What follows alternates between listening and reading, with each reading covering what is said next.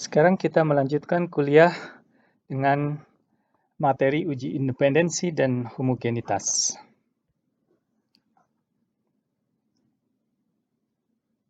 Seringkali kita dihadapkan pada data yang bersifat kategorikal.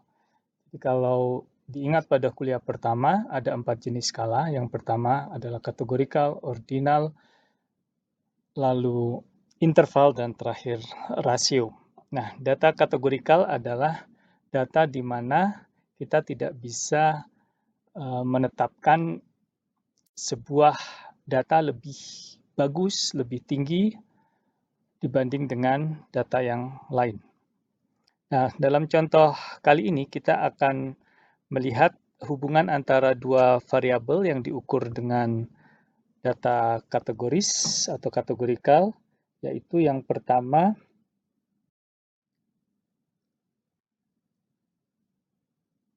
kita memiliki variabel pendapatan, dan yang kedua kita memiliki variabel sikap terhadap reformasi pajak. Nah, di sini variabel kategorikal pendapatan dapat bernilai atau memiliki 3 kategori, yaitu pendapatan rendah disingkat menjadi R, berpendapatan sedang disingkat S, dan berpendapatan tinggi disingkat T.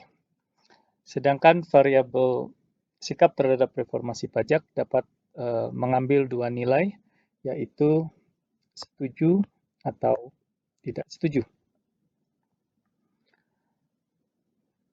Nah, dalam konteks ini, pendapatan rendah, sedang, tinggi tidak ada yang dianggap lebih baik.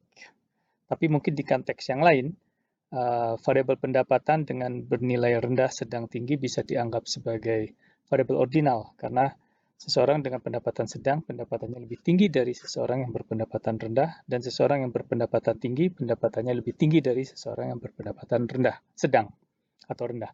Tetapi dalam kasus ini kita tidak menganggap semakin tinggi pendapatan semakin baik.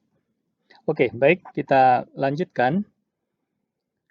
Nah, di kuliah teori probabilitas, kalau masih ingat, ada persamaan bahwa untuk dua variabel random yang independen, ya, jika A dan B independen,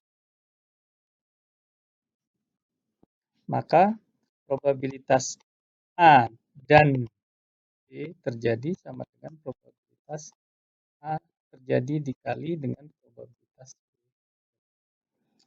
Nah, tetapi jika A dan B tidak independen, ya, maka persamaan ini tidak akan berlaku. Nah, sekarang jika kita dihadapkan pada hipotesis atau pertanyaan bahwa apakah variabel tingkat pendapatan dan sikap terhadap reformasi pajak saling independen, kita bisa menggunakan konsep atau rumus dua variabel independen ini dan uji goodness of fit. Logika dasarnya adalah jika dua variabel ini independen, maka persamaan ini akan terpenuhi. Nah, sebelum kita lanjutkan perhitungannya, di sini kita bisa menghitung yang disebut dengan frekuensi marginal. Kalau masih ingat di teori probabilitas, frekuensi marginal adalah bisa dianggap sebagai probabilitas dari sebuah variabel random pada saat variabel random satunya lagi, lainnya bernilai berapapun. Jadi dalam hal ini probabilitas seseorang berpendapatan rendah, tidak peduli dia setuju atau tidak setuju terhadap reformasi pajak, bisa dihitung sebagai marginal, margin ya, berarti di pinggir 336 dibagi dengan total sampel.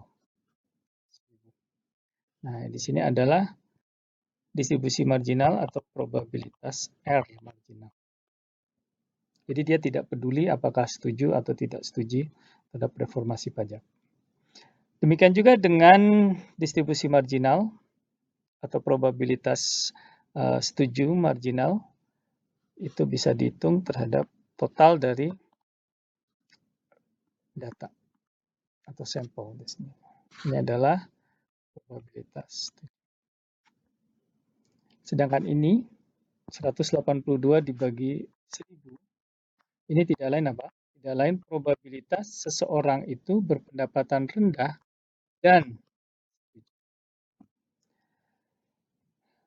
kalau ternyata reformasi pajak dan pendapatan independen, maka kita bisa expect probabilitas atau proporsi dari sampel yang berpendapatan rendah dan setuju itu kira-kira sama dengan perkalian dari distribusi marginal.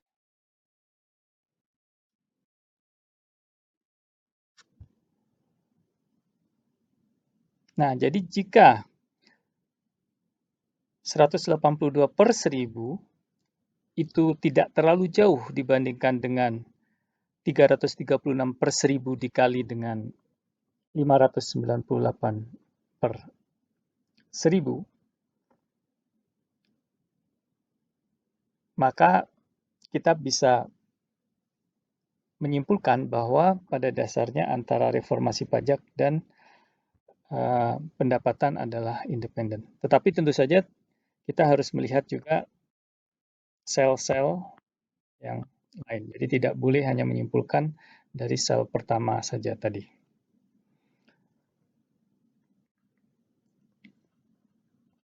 Nah, jadi kita selanjutnya tinggal menghitung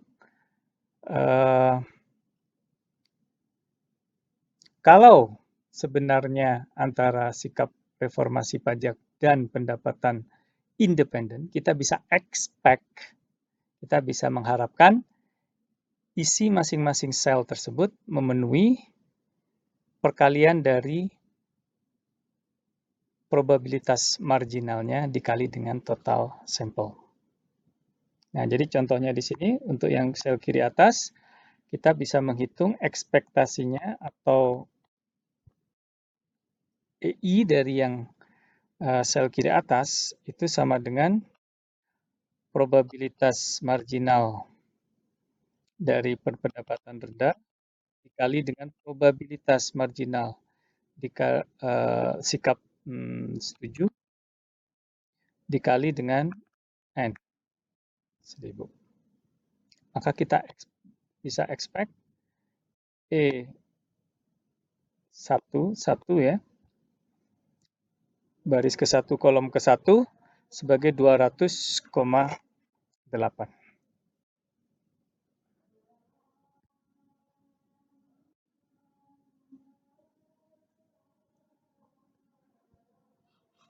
Nah, jika kita melakukan perhitungan secara lengkap, di sini kita bisa isi tabel UI dan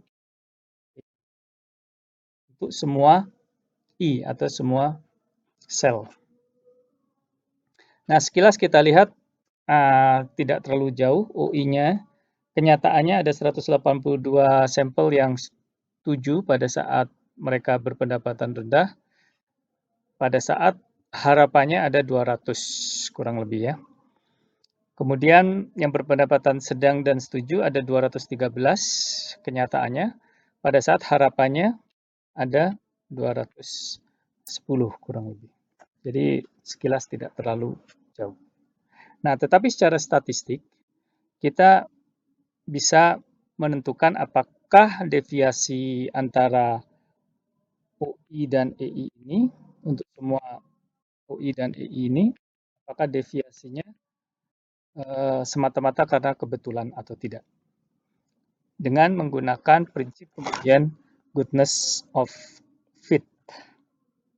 Jadi kita bisa menggunakan statistik chi-square seperti yang sudah kita bahas pada uji distribusi kemarin. Jadi kita bisa menghitung statistik chi-square, rumusnya tetap UI minus EI kuadrat dibagi EI, kemudian dijumlahkan untuk semua sel.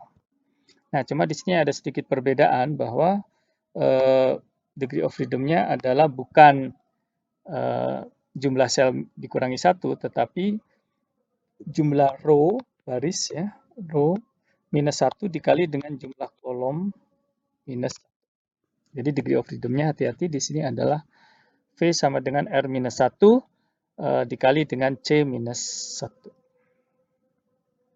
Jadi perhitungan lengkapnya seperti ini.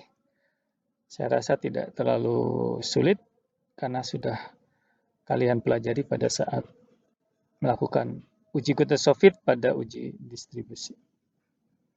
Nah, di sini hasil perhitungannya menghasilkan bahwa Chi-square 7,85. Degree of freedom-nya berapa di sini? Kita punya jumlah baris, berarti 2 minus 1, dikali dengan jumlah kolom 3 minus 1. Kita punya 1 dikali 2. Jadi kita harus melihat pada V. Nanti kalian verifikasi di tabel Chi-square untuk alfa 0,05, Chi-square kritis adalah 5,991. Nah, di sini nilai Chi-square hitung lebih besar dari Chi-square kritis. Ya, tolak 0. Kita simpulkan apa? Kita simpulkan bahwa antara sikap terhadap reformasi pajak dan tingkat pendapatan adalah tidak independen. Nah, di sini ada yang namanya uji homogenitas. Sebenarnya sama pada dasarnya dengan uji independensi. Di sini uji homogenitas secara spesifik menguji apakah proporsi masing-masing baris adalah sama untuk semua kolom. Sebagai contoh, kalau di sini proporsi Demokrat yang setuju terhadap serangan ke Iran, ya, berarti di sini adalah 82/200.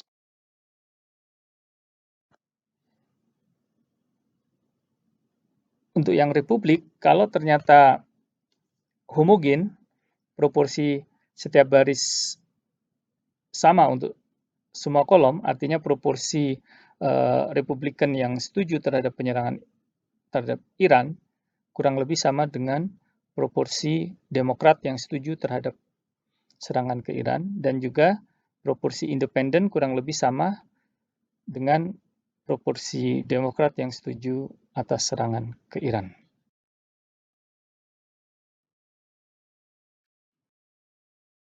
Kurang lebih sama. Jika ini semuanya kurang lebih sama proporsinya, maka kita bisa menyimpulkan bahwa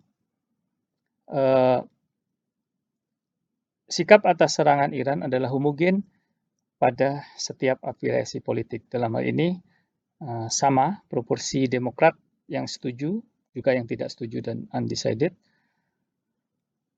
dengan proporsi Republikan yang setuju, tidak setuju dan undecided, serta proporsi independen yang setuju, tidak setuju dan undecided.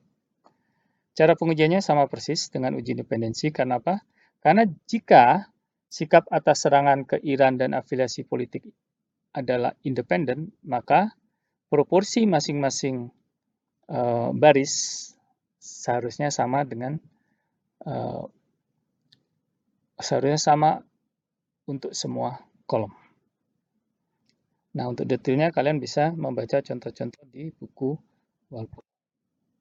Baik, itulah kuliah kita terakhir untuk uji hipotesis, yaitu menguji independensi ataupun homogenitas dari variabel yang kategorikal.